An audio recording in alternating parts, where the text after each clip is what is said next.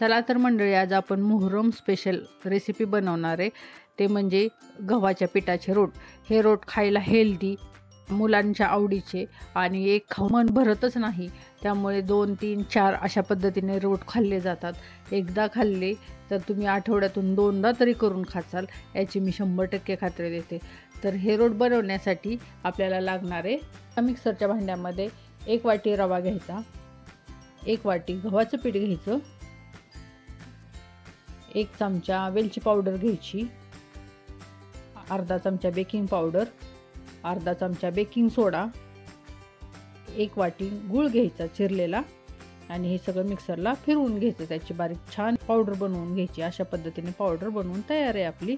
त्यामध्ये आपण अर्धी वाटी खोबरं टाकणार आहे किसलेलं, पाव वाटी तूप टाकायचं आणि हे छान असं मिक्स करून घ्यायचं.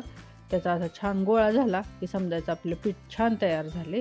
आता यामध्ये अर्धी वाटी दूध घालायचं, अर्ध्यापेक्षा जास्त दूध घालायचं नाही. आणि हे मी उकळून थंड केलेलं दूध आहे, हे छान मळून घ्यायचं आणि त्याचा छान असा डो बनवून घ्यायचा. डो छान व्यवस्थित मळून झाला की त्याला आपण 1 ते 1.5 तासासाठी रेस्ट करायला ठेवायचं.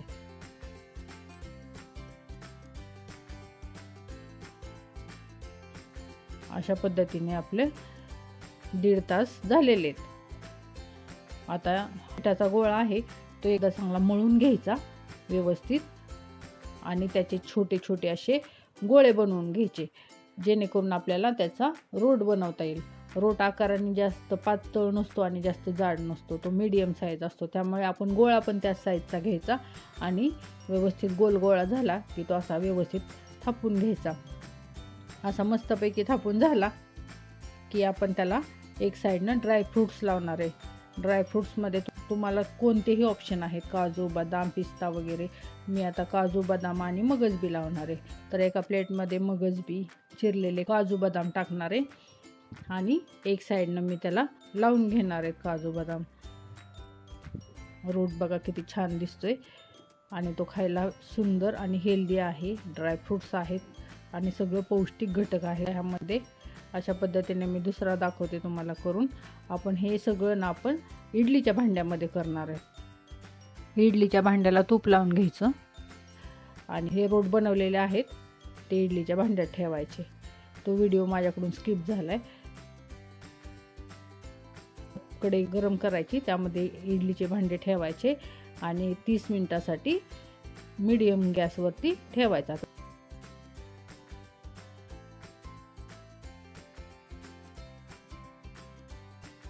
5 मिनिट झालेत. आता बघा आपले रोट किती छान दिसतात. तर मी खाली काढून दाखवते. बघा कलर किती छान आलेला आहे. हे खायला खूप सुंदर लागतात. मुलं दुपारच्या वेळात आले शाळेतून की त्यांना खायला खूप आवडतं. त्यामुळे अशा पद्धतीचे रोट बनवून ठेवले तर मुलांना खायलाही छान आहे. आता थंड झाल्यावरती रोट काढायचे. आता बघा किती छान निघालेत थंड झाल्यामुळे. अशा पद्धतीने आपले रोट तयार झालेत. हे रोट खायसाठी हेल्दी आहेत.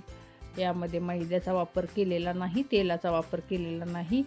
यामध्ये गावरान तुपाचा वापर केलेला आहे आणि ओव्हनमध्ये जरी करायचं असलं तरी तुम्हाला 180 डिग्रीवरती 30 मिनिटासाठी कन्व्हेक्शन मोडवरती ठेवावे लागेल.